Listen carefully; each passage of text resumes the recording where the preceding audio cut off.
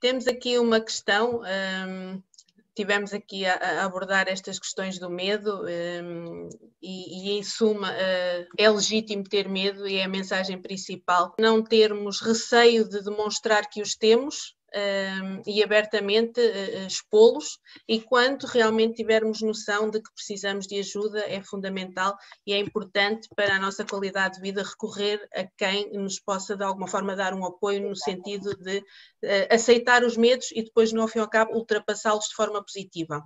Temos aqui uma pergunta. O medo é apenas um sentimento mau? De maneira nenhuma. De maneira nenhuma, não é? Vamos olhar para o medo como fator de proteção.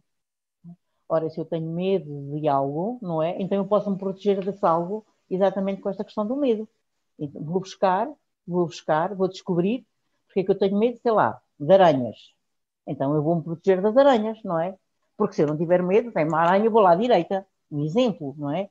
Com medo, então nós temos que nos proteger. O fator proteção, prevenção, é extremamente importante para nos protegermos desse medo que nos pode ser patológico ou que nos pode impedir de fazer algo, não é? E temos que perceber porque é que temos medo. As pessoas têm medo do escuro. O que é que tem medo do escuro? Há medo do escuro, que é algo que nós não observamos bem, que é algo que nos foge um bocadinho do nosso controle. Tudo aquilo que nos foge um bocadinho do nosso controle, nós temos medo. Mas temos que o gerir emocionalmente, passa muito pelas nossas emoções, pela nossa inteligência emocional. Mas por acaso a questão do escuro, que é muito pertinente, porque é muito vulgar ouvir-se, principalmente em faixas etárias mais novas, mas até nos mais velhos, já comentaram, o medo do escuro. Mas o medo do escuro pode ser um medo que também já venha de um passado. É preciso, se calhar, há aí uma descoberta a fazer. É algo que a gente não observa. E o escuro, quando nós não observamos, quando nós não controlamos o meio onde estamos inseridos, quando se eu entro numa casa e está tudo escuro, eu não consigo observar o que está à minha volta, não é? Porque a minha imaginação leva-me logo, o que é que estará aqui? O que é que está à minha frente? Será que está aqui algo que eu não controlo? Claro que a emoção do medo fica logo acionada, não é? Por isso é que nós vamos à procura da luz. E depois aparece a luz e, fantástico, não é?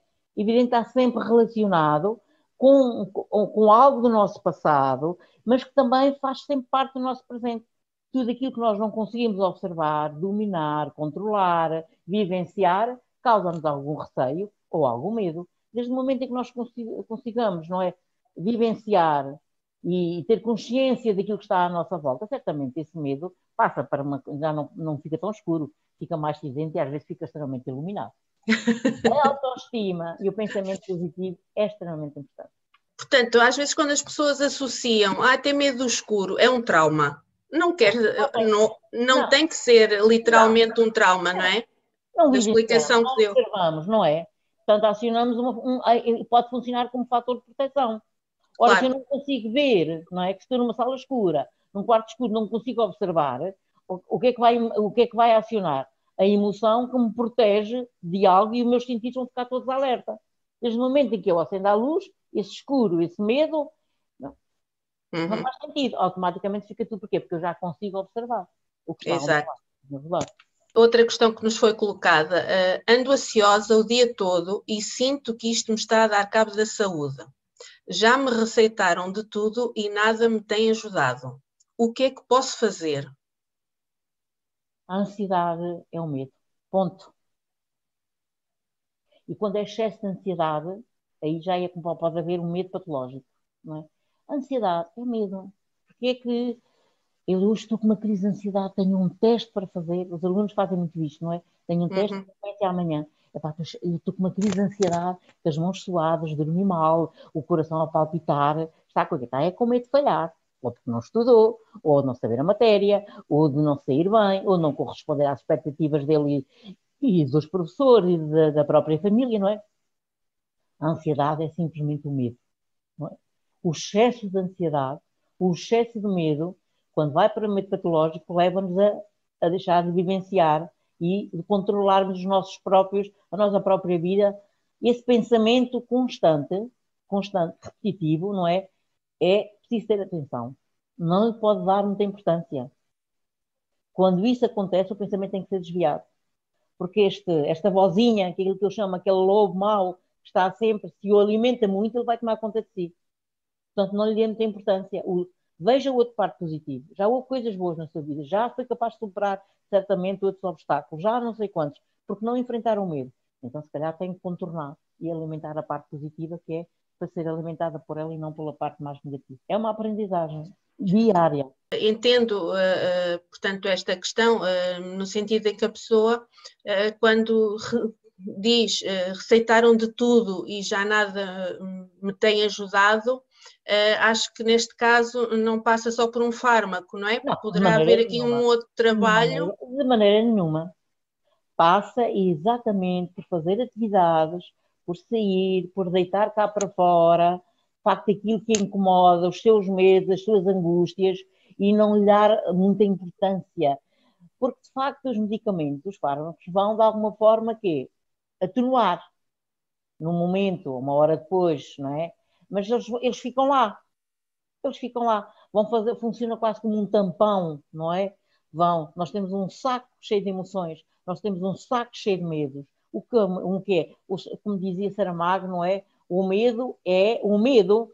Imaginem o medo dentro de um saco cheio de gatos e todos eles abulham uns com os outros.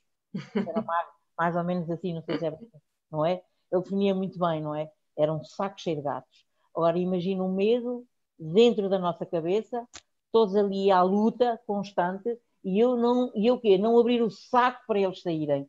Eu tenho que falar sobre isso. Eu tenho que alternar o meu dia, a minha noite. Eu tenho que fazer isso com outras coisas positivas, também me dei gozo em prazer. De forma que eu possa superar, não é, essa parte negativa e essa dificuldade, essa angústia, eu tenho pacientes que me dizem que só de pensar que, por exemplo, vão para o shopping, não é?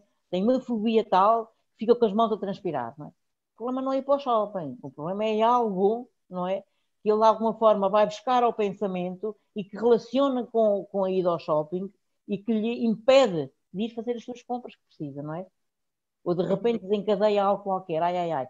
Não tem, às vezes são coisas recalcadas que ficam lá e às vezes basta encontrar alguém, basta ouvir um som, basta um ruído, basta uma música para esse saco de gatos, não é? Acabarem por sair ou então Exato. ficarem à luta, que é aquela luta interna que nós temos dentro da nossa cabeça. E acho que temos aqui uma outra questão que vai um pouco de encontro a essa luta.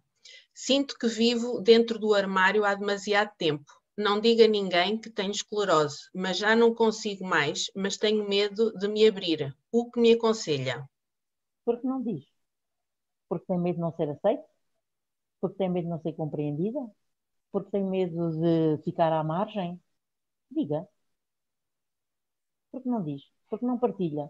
Principalmente com as pessoas que estão ao seu lado, que gostam de si. Vá partilhando. Não é vergonha, não é? Foi uma fatalidade que lhe aconteceu. Não fez nada para que isso lhe acontecesse. Ainda hoje não sabemos porque é que as pessoas ficam com esse diagnóstico. Portanto, partilhe, fale disso. Ao falar disso, já está a falar dos seus medos, já está a deixar as angústias. E certamente alguém a ouve, alguém a compreende. Não guarde para si, não se feche no seu armário. O armário depois fica tão cheio, tão cheio, tão cheio, que um dia destes já nem consegue abrir as portas. Fica mesmo enclausurada no seu armário, lá dentro. O armário é para se abrir. Para se ir abrindo lentamente. Não é escancarar as portas, não é? Mas é ir abrindo, é ir partilhando, é sentindo segurança. É falando disso. Certamente vai ser mais feliz. E não fica sozinho.